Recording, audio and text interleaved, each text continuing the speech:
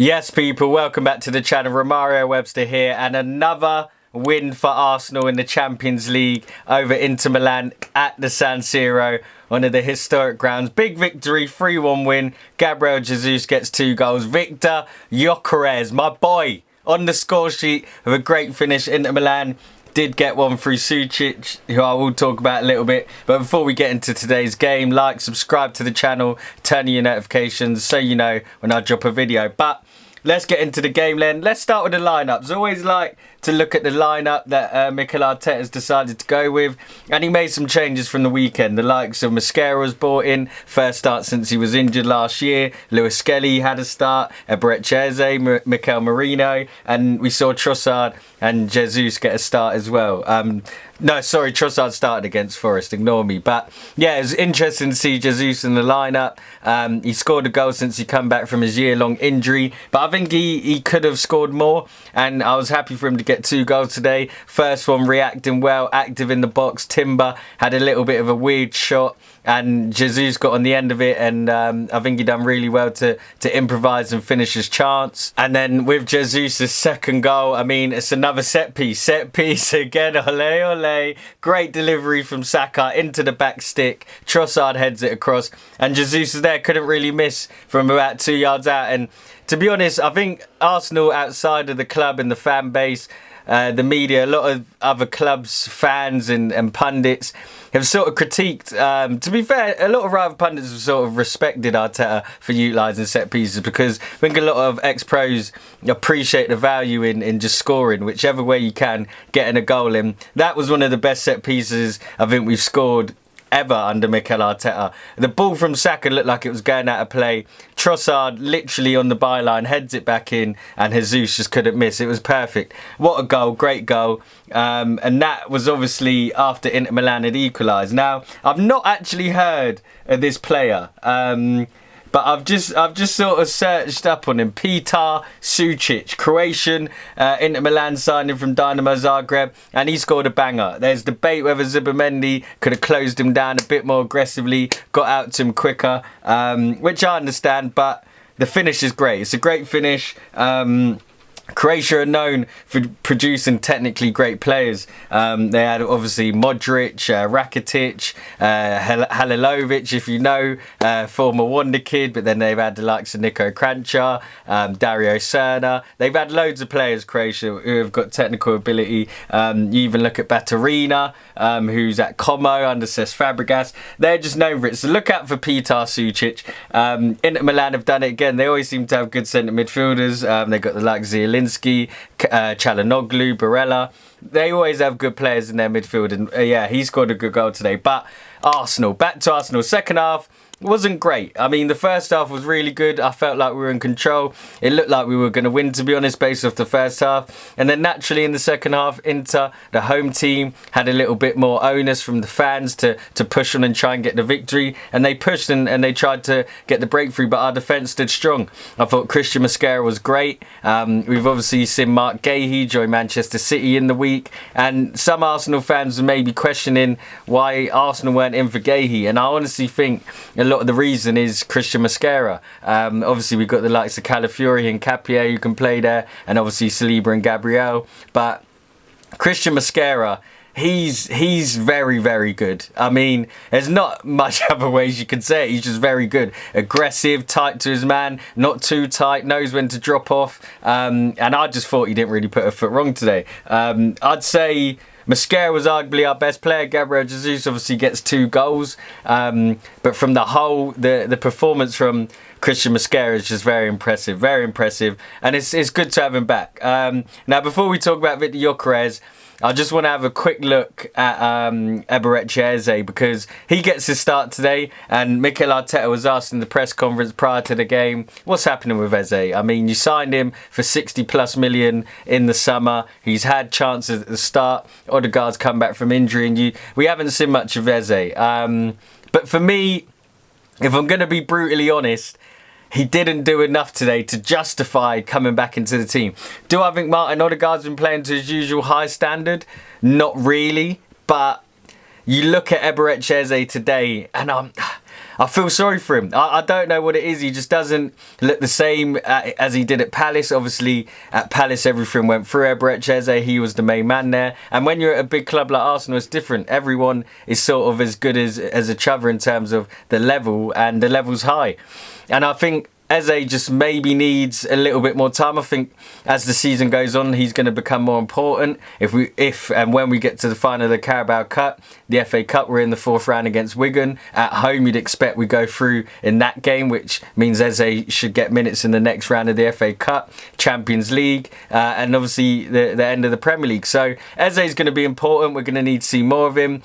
Ethan Nwaneri was on the bench today, but it looks as though he's going to be joining Marseille on loan, which I'll probably do a video separate on that move. I'm not sure if it's the right move, but I don't think it's a bad idea. I think it's worth a shot. 6 months, is it long enough for Nwaneri to get settled and comfortable to play his best? That's the test, right? That's the test. I think Mikel Arteta and the club want to test people and test the players and see what they're made of. You look at how William Saliba's development was treated, sent back to Saint Etienne and spent the best part of 2 years on loan over in France. So it's not...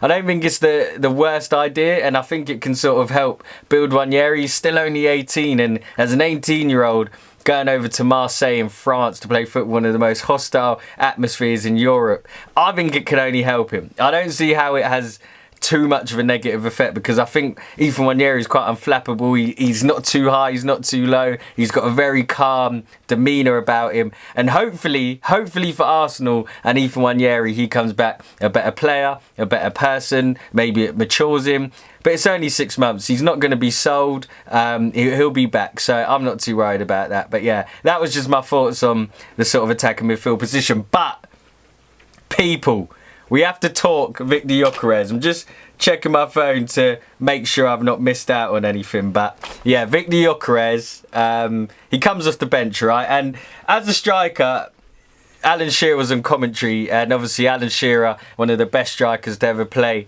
for England and in the Premier League. He said, you know, when you're on the bench and you're struggling as a striker, and the other guy comes in and scores 2 goals, the only thing you can do is score when you get your chance.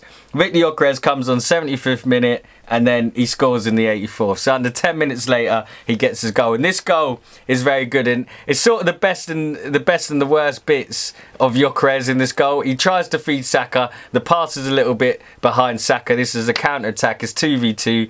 Saka's touch sort of just leaves the ball in a gap where the Arsenal players didn't know what to do. The Inter defenders didn't know what to do. The ball sits up perfectly for Gyokeres. He's got one job, whip it into the top corner. And he does. I mean, Sommer does get a little hand to it, but it was going in because of the strike. I've got the game on now. They're doing the post-match reaction. It's a great ball from Martinelli up to Gyokeres. Good first touch. Gets his body in front of the defender. Tries to slip Saka through. And then bang. What a finish. And I think with Victor Gyokeres, he is a striker who needs space. I'll be honest. You see it in this game here and in this goal. When you give him space, he will punish you. He will. The trouble is, in the league, in the Premier League, you don't get a lot of space. So that's something he needs to work on. But I'm not doubting him or his ability as a striker. As a pure striker, give him a chance, I believe he'll score. And I think I can see it in the celebration. That really could do good for his confidence. We have a big game against Man United on Sunday. A few of my boys in the group chat I'm in are suggesting not to start him. You have to start Victor Gyokeres for me. You can't spend money on on a star striker like that, because the strikers who were there previous and are still there, Gabriel Jesus and Kai Havertz, that's the reason Gyokeres is here, because those two weren't clinical enough. We all remember the infamous FA Cup tie. I think it was last season or maybe the season before, when we got knocked down penalties to Man United. And Kai Havertz missed a bundle of chances. And I love Kai Havertz, but he's not a killer. Victor Gyokeres hasn't proven to be that killer this season. But if you don't give people a chance, and I know people say we've given them a chance, but it's not even been a season. Football moves quick, but not that quick. And I think you have to be patient with players. Not everyone comes in and hits the ground running. You see Ekitike at Liverpool hasn't scored for a few weeks. I know, because he's in my fantasy. So a lot of people have been harsh on Gyokeres, and I get it. When you're at the team that's top of the Premier League, top of the Champions League, it comes with standards, it comes with pressure. And it's up to Gyokeres to handle that pressure. And I think he will, and I think he can. Let's see what happens. I think we're in a very good place. I think the performance today was professional. We just got the job done. We done what we needed. And I'm just so happy Gyokeres scored. I'm very happy Gabriel Jesus scored. He mentioned he wants a new contract at the end of the season when his contract runs out. I'm not sure that's the best idea. Hopefully he can earn that contract by scoring some important goals for us like he did tonight, and then we can have that conversation. But as I mentioned, Man United this Sunday, no injuries, which is key, or hopefully no injuries to any players. A lot of the squad got used.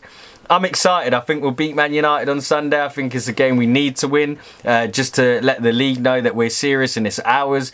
Go and win the league. Go and win it. Don't let the league come to you, because Man City, who lost to Bodo Glimt tonight, they lost 3-1. Don't let Man City lose and Villa lose and then we win the league by default. Let's go and win the league. Let's go and win it early. April, my birthday month. Let's go and win the league then. But yeah, very happy. Very, very happy with that result. We've won 7 out of 7 in the Champions League. Mikel Arteta's a sick guy. I know he wants to win every game in the group. And I think we will, because we've got Kyra at home, who lost 3 or 4-0 to Club Brugge earlier. So yeah, we're going to win every game in the group. We're guaranteed first place. It's impressive stuff, I'll be honest. Big up Mikel Arteta. 20 goals scored so far, and we've only conceded 2 in 7 games in the Champions League. He's the guy, man. You can't doubt this guy for much longer. Can we go on and win it? Can we? We'll save that for the next episode. That's it from me, people. Thanks for watching. I'm going live with Footy Judgment at 11 PM. So if you're still awake, come over, join in and watch. But yeah, I'll catch you on the next episode, people. Like, subscribe, turn on your notifications, and I'll see you then. Peace.